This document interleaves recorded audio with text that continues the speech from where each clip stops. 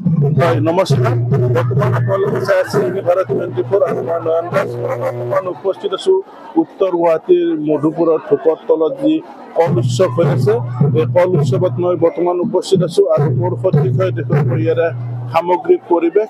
এয়া চাৰিওফালে দেখিবলৈ পাইছে কলৰ চুকাৰে ভৰি পৰিছে এয়া মধুপুৰৰ যি গোপাল মন্দিৰ আৰু ইয়াতে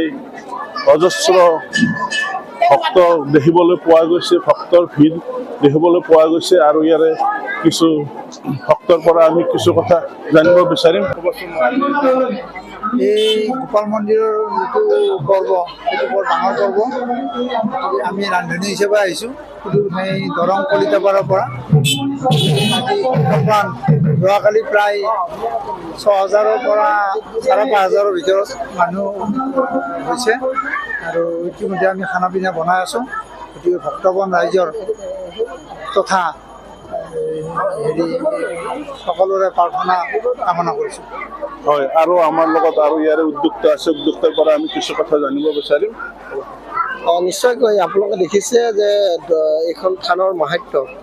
ইয়াতে পকা কল উৎসৰ্গা কৰিলে মনৰ কামনা পূৰ্ণ হ'ব বুলি জনবিশ্বাস চলি আহিছে আৰু এই পৰম্পৰা আজিৰ নহয় প্ৰায় শ বছৰ আগতে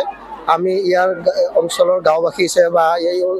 থানখনৰ ওচৰৰ বাসী হিচাপে আমি গৌৰৱ কৰোঁ কিয়নো এই থানলৈ অসমৰ বিভিন্ন প্ৰান্তৰ ভক্তসকল আহিছে আৰু মাঘী পূৰ্ণিমাৰ সংগতি ৰাখি অৱশ্যে এই 3 দিন বুলিয়ে নহয় সমগ্ৰ বছৰটোতে মানুহ আহে কিন্তু এই 3 দিনৰ কথাই সুকীয়া এই 3 দিনত আপোনালোকে দেখিব যে হাজাৰ হাজাৰ ভক্তসকল আহিছে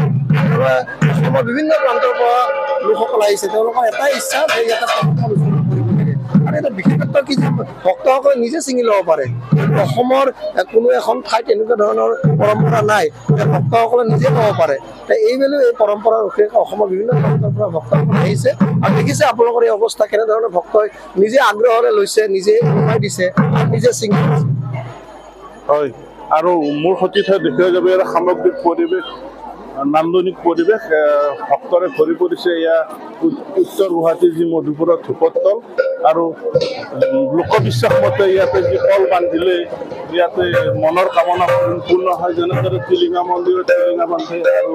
সৰভোগত যি গৰখীয়া মন্দিৰ আছে তাতে গামোচা বান্ধিলে মনৰ কামনা পূৰ্ণ হয় আৰু তেনেদৰে ইয়াতে উত্তৰ গুৱাহাটীৰ যি মধুপুৰৰ ধূপৰ তল আছে ধূপৰ তলত এনেকুৱা কল বান্ধিলে মনৰ কামনা পূৰ্ণ হয় বুলি লোকবিশ্বাস